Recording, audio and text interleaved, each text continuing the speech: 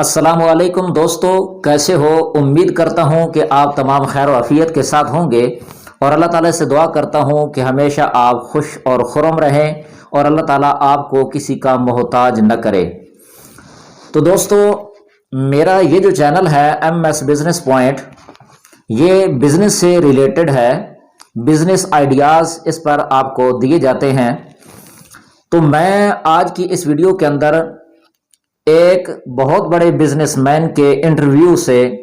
3 باتیں آپ کے سامنے پیش کرنے لگا ہوں۔ بزنس اور کاروبار کیوں ضروری ہے،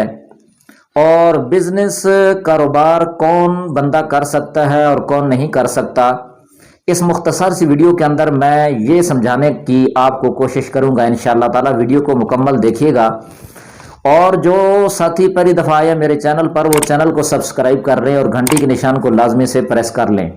یہاں پر آپ کو مختلف قسم کے بزنس آئیڈیاز انشاءاللہ ملتے رہیں گے۔ دوستو، میں نے اپنی چینل کی یہ جو ڈسکرپشن ہے، جو چینل کی ڈسکرپشن لکھی جاتی ہے اباؤٹ کے اندر، وہاں پر میں نے لکھا ہے کہ دینے والا ہاتھ لینے والے ہاتھ سے بہتر ہے، اور دوسرا اس کے اندر میں نے یہ لکھا ہے کہ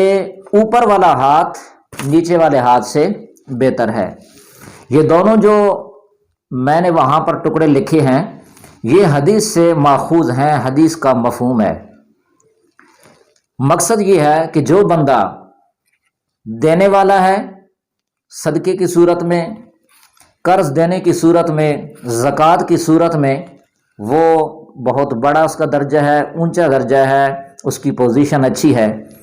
جبکہ جو شخص لینے والا ہے، کسی کے سامنے ہاتھ پھیلا کر ویسے قرض مانگ رہا ہے، یا اپنا گھر چلانے کے لیے کبھی کسی کے پاس ہاتھ پھیلا رہا ہے، کبھی کسی کے پاس جا کے ہاتھ پھیلا رہا ہے، تو یہ شخص کوئی شریعت کی نگاہ میں بھی اتنا اچھا، اسلام کی روح سے بھی اس کو اچھی نگاہ سے نہیں دیکھا جاتا۔ اور فرمایا کہ اوپر والا ہاتھ نیچے والے ہاتھ سے بہتر ہے، اس کا بھی یہی مطلب اور معنی بنتا ہے۔ دوسرے نمبر پر یہاں پر یہ جو بزنس مین ہے، جس کے انٹرویو سے صرف 3 باتیں میں نے آپ کے سامنے رکھی ہیں، وہ کہتا ہے کہ دنیا میں اس وقت 950 ارب پتی لوگ موجود ہیں، اور ان 950 ارب پتی لوگوں میں سے کوئی بھی ماہر تعلیم نہیں ہے۔ یہ بہت بڑا انکشاف کیا اس نے۔ تو اس شخص کی 3 باتیں بہت کام کی جو اس نے ذکر کی ہیں، وہ میں آپ کے سامنے ذکر کرتا ہوں۔ انشاءاللہ آپ کو ان باتوں سے ایک کیا ہے جی، موٹیویشنل آپ کو ملے گی، آپ موٹیویٹ ہوں گے،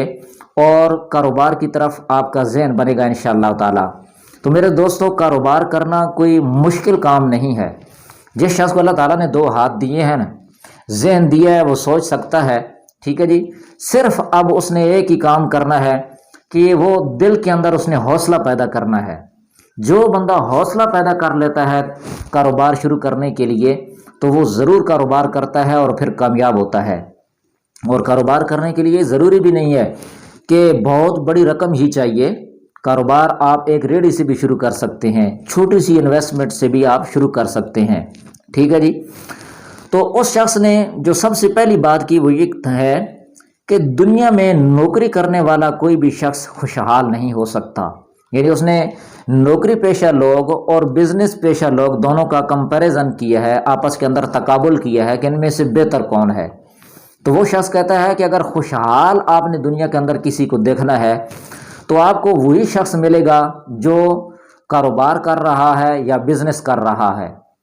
اور یہ حقیقت ہے کہ بزنس اور کاروبار کرنے والا، چاہے ایک ریڑھی پہ آلو اور پیاز ہی بیچنے والا کیوں نہیں ہے نا، مہینے کے جو 30 دن ہیں نا، 30 کے 30 دن اس کی جیب کے اندر سے آپ کو پیسے ملیں گے، اس کی جیب بھری رہے گی ہر وقت۔ جبکہ جو نوکری کرنے والا شخص ہے، مہینے کی پہلے 2-3 تاریخوں کے بعد وہ خود کسی سے مانگ رہا ہوتا ہے، حتیٰ کہ جانے کے لیے کہیں کرایہ بھی مانگ رہا ہوتا ہے۔ تو اس شخص کا انٹرویو جو ہے، اس میں یہ پہلی بات موجود ہے کہ دنیا کے اندر نوکری کرنے والا شخص جو ہے وہ کبھی خوشحال نہیں ہو سکتا۔ وہ اپنا گھر تو چلا سکتا ہے، جو سائڈ کے طور پر اس نے باقی بہت سارے سپنے ہوتے ہیں جو اس نے پورے کرنے ہوتے ہیں، وہ اپنی نوکری سے نہیں کر سکتا، وہ بزنس مین ہی کرتا ہے۔ اور دوسرے نمبر پر اس نے کہا کہ انسان کی معاشی زندگی اصل میں تب شروع ہوتی ہے جب وہ اپنے کام کا خود آغاز کرتا ہے۔ جب تک وہ کسی کی نوکری کرتا ہے، کسی کا کام چلاتا ہے، کسی کے بزنس کو پروموٹ کرتا ہے، کسی کے بزنس کے لیے کام کرتا ہے، اس وقت تک وہ جو معاشی زندگی ہے اسی کی ہے جس کا وہ کام کر رہا ہے۔ اس کی اپنی زندگی تب شروع ہوگی جب وہ خود اپنے سے اپنے کاروبار کا آغاز کرے گا۔ اور اس شخص کی جو تیسری بات ہے، اس نے کہا کہ کامیابی اور ترقی کا تعلیم سے کوئی تعلق نہیں ہے۔ اگر میرا کوئی بھائی یا بہن یہ سوچتے ہیں کہ ہم ان پڑھ ہیں، ہم کس طرح کاروبار کر سکتے ہیں، ٹھیک ہے جی، تو ان کی یہ بات صحیح اور درست نہیں ہے۔ یہ شخص کہتا ہے کہ کامیابی اور ترقی اگر تعلیم والوں کو ہی ملنا ضروری تھی تو پھر دنیا کے اندر جتنے بھی پروفیسر ہیں وہ آج ارب پتی ہوتے، لیکن پروفیسر ارب پتی نہیں ہیں، ٹھیک ہے جی۔ اگر کوئی پروفیسر بھی ارب پتی بنا ہے تو وہ بزنس اور کاروبار کے تھرو بنا ہے، وہ صرف اپنی تعلیم کی وجہ سے اتنا بڑا اس نے یہ ترقی جو ہے وہ حاصل نہیں کی ہے۔ اب یہ شخص کہتا ہے کہ دنیا میں ہمیشہ جن لوگوں نے ترقی کی ہے نا وہ درمیانے پڑھے لکھے لوگ ہیں، انہوں نے ہمیشہ ترقی کی ہے، ٹھیک ہے جی، کیونکہ یہ لوگ وقت کی قدر و قیمت کو سمجھتے ہیں۔ یہ کالجوں اور یونیورسٹیوں کے اندر ڈگریوں کے پیچھے نہیں بھاگتے، بلکہ ان کا بزنس اور کاروبار منڈیوں تک لے جاتا ہے، اور وہاں سے پھر یہ ہوتے ہوتے ایک ٹائم آتا ہے کہ یہ بہت بڑی ترقی پر جا پہنچتے ہیں، اپنے بزنس کو عروج پر لے جاتے ہیں۔